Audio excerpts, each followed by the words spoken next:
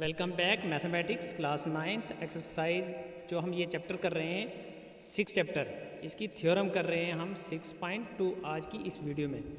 Video को पूरा देखना, लाइक करना और चैनल को सब्सक्राइब करना, साथ में एक बेल आएगी उसको प्रेस करना ताकि आने वाला नोटिफिकेशन। क्लास 9 की एक्सरसाइज 6 की थ्योरम 6.2 है हमारे सामने। इसमें हमें स्टेटमेंट दी है, if a transversal intersect two parallel lines then each pair of alternate interior angles are equal.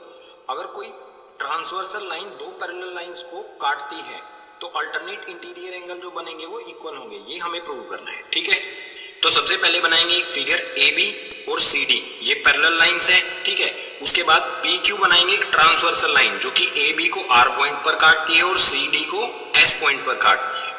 अब अल्टरनेट इंटीरियर एंगल कौन से होंगे, जैसे ये ए आर एस जो है ये अल्टरनेट है डी एस आर का। ठीक है, इंटीरियर यानी कि ए बी और सी डी के बीच में बनने वाले, तो ये ग्रीन वाला इस ग्रीन वाले के अल्टरनेट है और ये ऑरेंज वाला इसके ऑरेंज वाले के।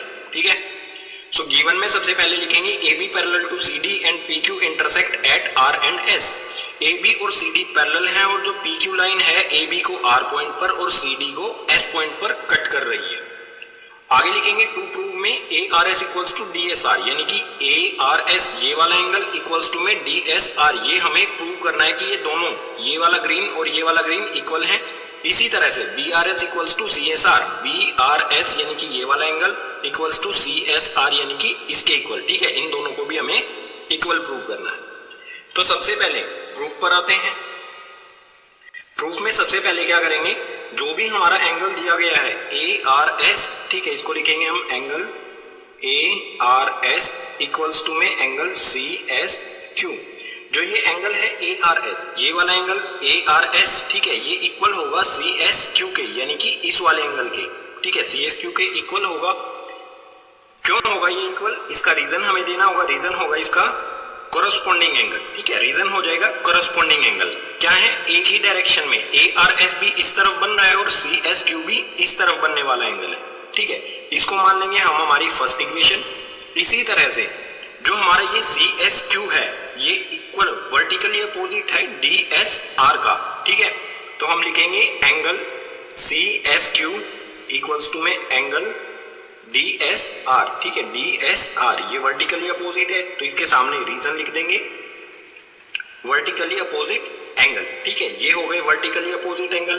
ठीक है, क्या है, एक लाइन इस तरफ से और एक लाइन इस तरफ से, किसी एक लाइन पर काट रहे हैं तो वर्टिकली अपोजिट एंगल इक्वल होते हैं, जो हम थ्योरम 6.1 में पढ़ चुके हैं।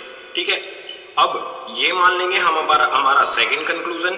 फर्स्ट और सेकंड से हम कंक्लूजन निकालेंगे, तो यहां पर लिख लेते हैं from first and second. First और सेकंड से, फर्स्ट में क्या है, A R S equals to C S Q. A R S angle जो है वो सी एस क्यू एंगल के इक्वल है और जो सी एस क्यू है वो डी एस आर के है, यानी कि कॉमन क्या है, इसमें भी सी एस क्यू है इसमें भी सी एस क्यू है। अगर A R S C S Q के इक्वल है और डी एस आर भी सी एस क्यू के इक्वल है तो ए आर एस और डी एस आर ये अपने आप में इक्वल होंगे। ठीक है, तो मैं यहां पर लिखता हूं angle A R S equals to में एंगल डी एस आर। एक तो हमारा ये प्रूव हो गया A R S equals to D S R, ये हमारा प्रूव हो गया। बिल्कुल इसी तरह से हम इसे भी प्रूव कर देंगे। ठीक है, तो प्रूव करने की जरूरत नहीं है, हम सीधा क्या लिखेंगे, सिमिलरली। हमें इनमें से सिर्फ एक प्रूव करके दिखाना होगा। ठीक है, या तो ये या तो ये। एक प्रूव करने के बाद, जैसे हमने ये प्रूव कर दिया तो इसके बारे में हम लिख देंगे similarly we can prove that angle B R S equals to angle C S R. ठीक है, इसको एज इट इज यहां पर लिख देंगे। अब लिख तो दिया, लेकिन अगर हमें प्रूव करके दिखाना हो तो कैसे होंगे। ठीक है, ये थ्योरम मतलब यहाँ पर कंप्लीट हो गई है। ये किस तरह से इक्वल होंगे सिर्फ मैं एक्सप्लेन कर देता हूँ, थ्योरम आपको आगे नहीं करनी है।